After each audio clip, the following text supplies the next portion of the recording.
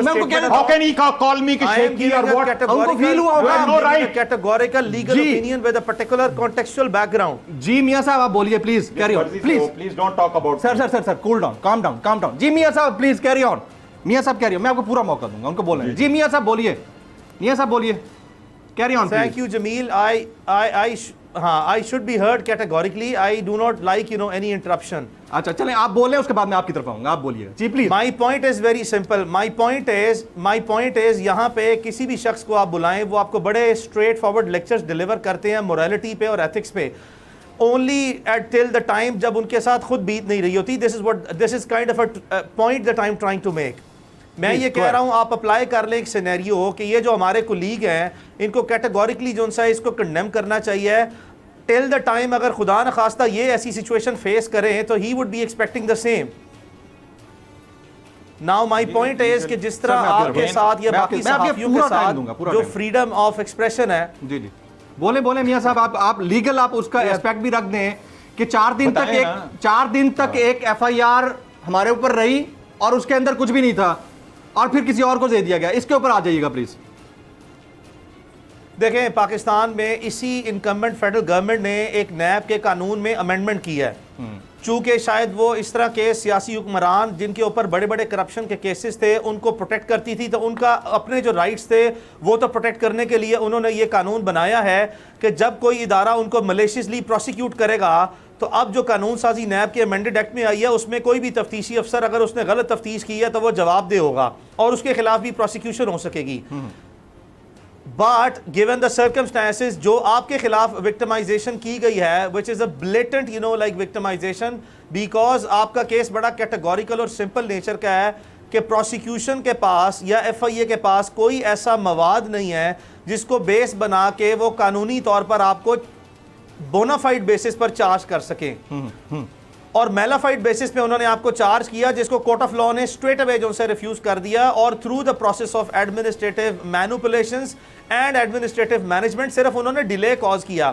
اور جس دن کورٹ آف لاء میں فرسٹ ٹائم اس کیس کے میرٹس آرگو ہوئے ہیں کورٹ آف لاء نے آپ کو اسٹریٹ اوے بیل آؤٹ کر دیا اور اس میں کیٹیگوریکل لکھا ہوا ہے کہ جو آپ کے اوپر سیکشنز آف لاء اپلائی کیے گئے ہیں وہ میڈ آؤٹ نہیں ہوتے. آپ کے یہ جو کورٹ آف لاء میں آپ کو بیل آؤٹ کیا اس کے آرڈر میں یہ لکھا ہوا ہے.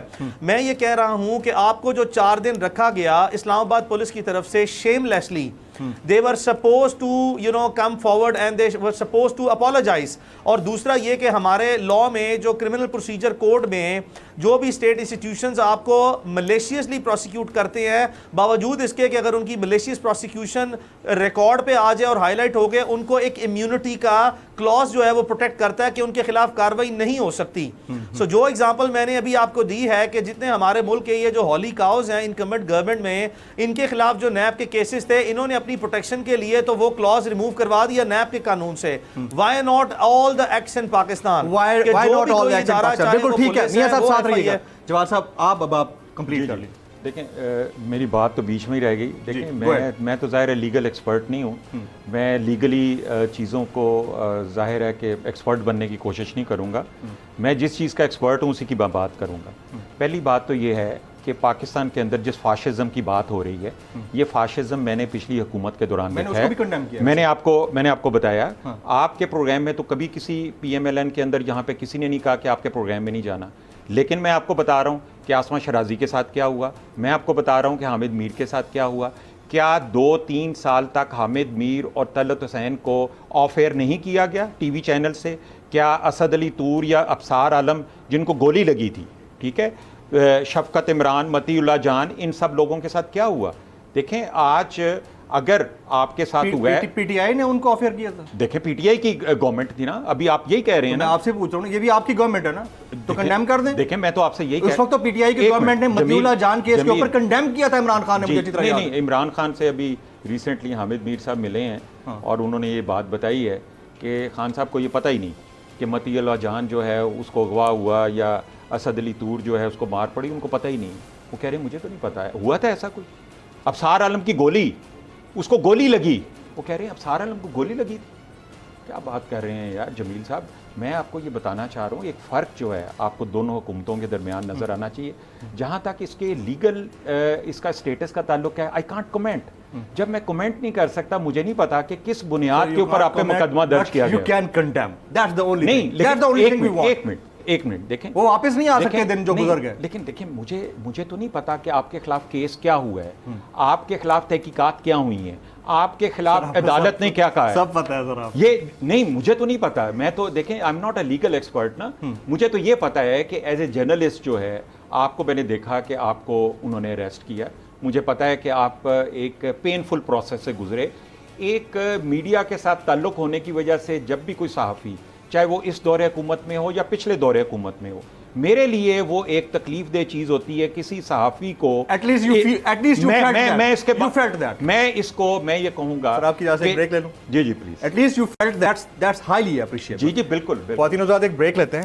بریک کے بعد جب واپس آئیں گے عالیہ حمزہ ملک صاحبہ سے یہ کوسچن میں نے کرنا ہے کہ پی ٹی آئی کے دور حکومت میں جیسے جواد صاحب کہہ رہے ہیں کہ کچھ چینلز کے اوپر اینکرز کا بلیک آؤٹ کیا گیا اور اس کے اوپر جانے سے منع کیا گیا، ایسا کچھ تھا یا نہیں تھا؟ After this break.